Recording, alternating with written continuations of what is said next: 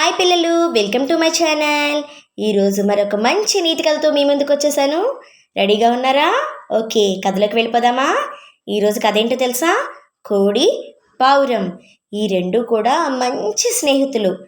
ఏ విషయంలో అయినా సరే వాళ్ళిద్దరంత ఐకమత్యంగా ఏ స్నేహితులు ఉండరు అన్నంత బాగా ఉండేవాళ్ళు.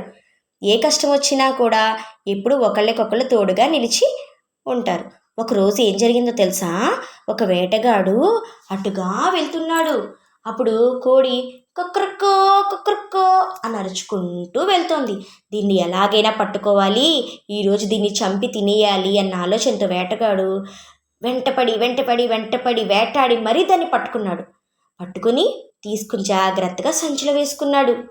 ఈ వేసుకున్నదంతా కూడా అక్కడ కోడి స్నేహితుడైన పావురం పైనుంచి చూస్తోంది. అమ్మో, ఏంటి నా స్నేహితుడిని అలా తీసుకుని వెళ్ళిపోతున్నాడు, ఎలాగా అని ఏం చేయాలా అని ఆలోచించింది. అప్పుడు తన బుర్రకి ఒక ఉపాయం తోచింది. ఏం చేసిందో తెలుసా? తను ఒక్కసారిగా చెట్టు మీద నుంచి కింద పడిపోయినట్టుగా నటించింది. అంటే చనిపోయి పడి ఉన్నట్టుగా నటించింది. దాన్ని వేటగాడు చూశాడు. ఆ వేటగాడు దాన్ని చూసి, అయ్యో, ఇది నాకు బాగా ఉపయోగపడేట్టుంది. నేను కష్టపడకుండానే ఈరోజు నాకు విందు భోజనం లభించింది. ఈ పావురాన్ని తీసుకొని వెళ్ళి ఈ రోజుకి సరిపెట్టుకుంటాను, దీన్ని నేను తింటాను అనుకుంటూ పావురం దగ్గరికి వెళ్ళాడు. పావురం దగ్గరికి వెళ్ళి అటు దాన్ని తీసుకునేలోగా కోడిపుంజు సంచిలోంచి బయటకు వచ్చేసింది. దాంతో కోడిపుంజు బయటపడింది. పావురాన్ని పట్టుకునేలోపు పావురం కూడా వేటగాన్ని చూసి ఎగిరిపోయింది. ఈ రకంగా పావురం కోడిని రక్షించింది. దీన్ని బట్టి ఈ కథలో నీతి ఏంటో మీకు అర్థమైందా? ఎప్పుడూ కూడా మనము అపాయంతో ఉన్నప్పుడు ఉపాయంగా ఆలోచించాలి. అంతేకాకుండా స్నేహితులు అన్నాక ఒకళ్ళకొకళ్ళు మనం సహాయం చేసుకోవాలి.